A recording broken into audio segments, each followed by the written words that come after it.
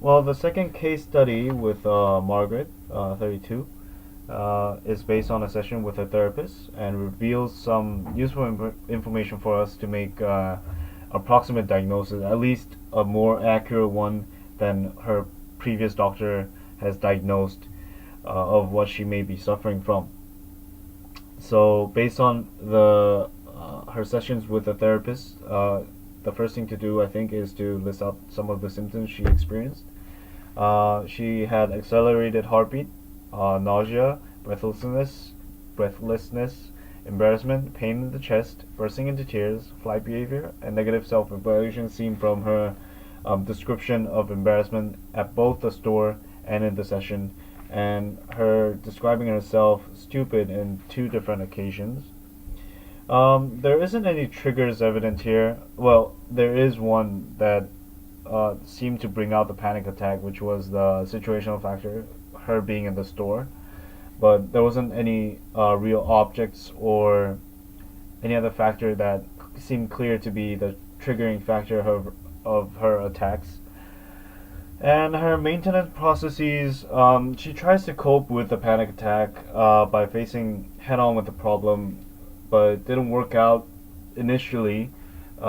She tried to hold on to the trolley, but she failed. But on later, the most recent occurrence of the attack, she actually went out and thought to herself, "This is an attack. I should go in and face my fears," which worked out brilliantly.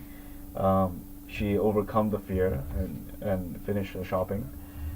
These are the symptoms, triggers, maintenance processes of Margaret. Well, from this, I think the first thing to do is to rule out similar anxiety disorders that she might have.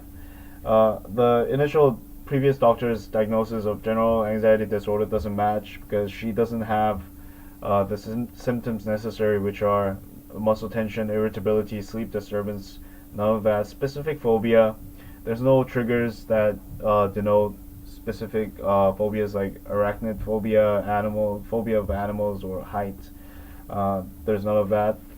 OCD, there's no objects or situation related to obsessions. PTSD, no traumatic events reported before that could lead to Margaret's and the symptoms also. She doesn't get the attacks by remembering the traumas she has experienced. So it was either social anxiety disorder, panic attack, or agoraphobia. And well, embarrassment in a social situation in the store initially drew me in for making that diagnosis, but seemed unlikely due to limited social interaction cues. There wasn't any interaction socially for her to get the panic attack or be afraid of that situation, to be anxious. So if it was me, I would ask if Margaret was afraid of other people's views, just to make sure. Well, panic attack, it's more simple because it's the general panic attack. They're uncued, they come out randomly. So, and for Margaret's case, as described before, there was a cue, her shopping in the store.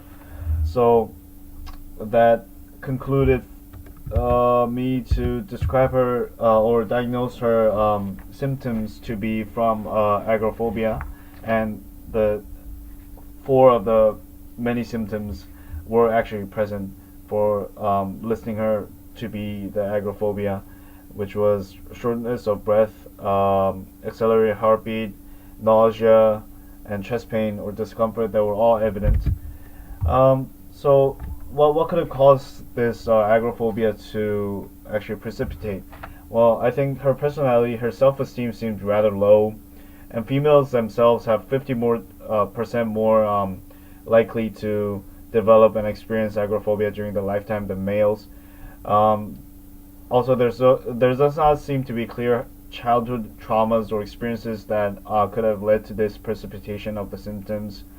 So what I thought was this may possibly be interoceptive conditioning due to the fact that the symptoms started a year ago without clear causes, and she could have thought, oh, these attacks began at the store, and these attacks may be dangerous. So she got anxious from having those attacks again, and she might die or be embarrassed. So the prognosis is, in the textbook it says CBT is shown effective for treatment of agoraphobia, and so actually the therapist did a good job on um, assigning the homeworks for the client, keeping thought record for a week, going to the supermarket in vivo, where the last occurrence happened each day, focusing on breathing and positive. Actually, for agoraphobia, rather than focusing on breathing, the going to the supermarket actually in vivo is shown to be more effective. And self education, psychoeducation, self help guide recommended by the therapist is also very effective. So overall, I think the therapist did a good job, and treatment is actually expected to be effective as the client Margaret is very receptive and engaged, as seen through the therapy sessions.